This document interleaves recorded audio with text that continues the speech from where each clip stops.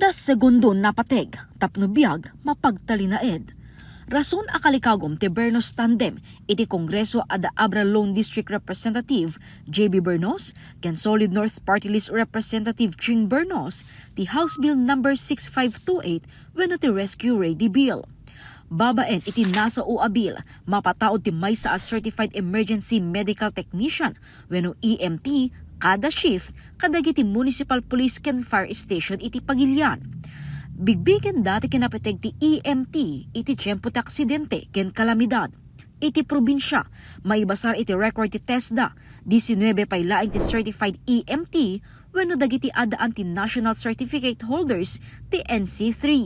Agpada ti Bureau of Fire Protection ken Police Provincial Office apabor ti nasa o abil.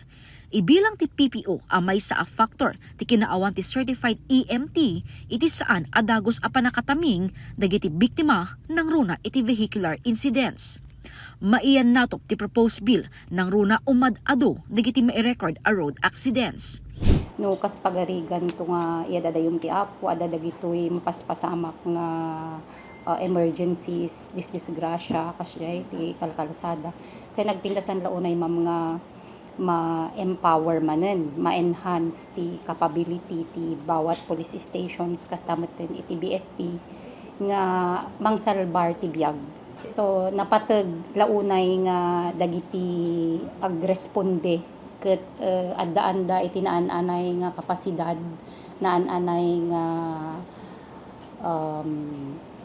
skills kasjay nga mangtratar dagitoy nga biktima iti BTI tayo. Gapwenta bawat segundo ket napateg nga mang preserve dagiti biag jay tao sa bay daman laeng nga maitaray ijay balay pagagasan. May isa nga EMT by organization ni Senior Fire Officer Juan Domingo iti BFP Bangged. Importante unay ma'am kasi lalo datoy in case of emergencies, for example kung DJ datoy cases ti vehicular accidents kastoy kan dadumapay dati naka-ready latta nga mapan rescue ken DJ baka mono kasano ti paper nga panangtaming ti maysa nga nga biktima wenno pasyente.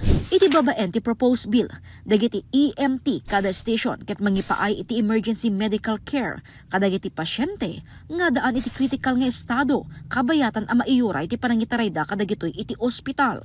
Ti Philippine Red Cross Abra Chapter ket mabigbig a Technical Vocational Institute in partnership with TESDA ken isuda ti Kaysuna nga accredited training and assessment center iti Region Cordillera pakairamanan iti Region 1 ken Region 2. 100% ti suportada iti Rescue Ready Bill.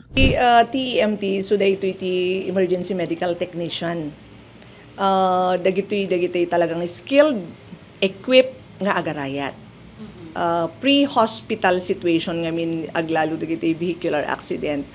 Nabayag min actually nga iuray nga adda kuma mangriing when it comes to emergency situation at agyaman kami unay kanikong kasi isuna talaga ti nangi-propose data ket 100% nga suportado data ti Philippine Red Cross. Nakalukat met ti opisina ti PRC Abra Chapter para ti BFP ken PNP ken dumapay nga organisasyon in kaso akasapulan ti serbisyo da. Digi advocacy nga when it comes to emergency, kailangan yung mga BFP, MPS, digitamot lang kami ti kaunaan di scenario.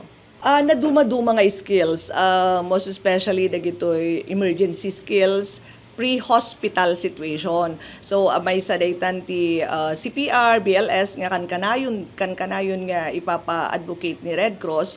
Aside from that, dagitay primary assessment anya ti prioritization tayo when it comes to emergency, anya dagitay dapat nga unaen, paano ba tayo mag-transport, paano tayo mag-carry, tapno the goal ti emergency which is hantayon nga agitid ti further nga injury ti patient dagita apo dagita skills nga napaka-importante.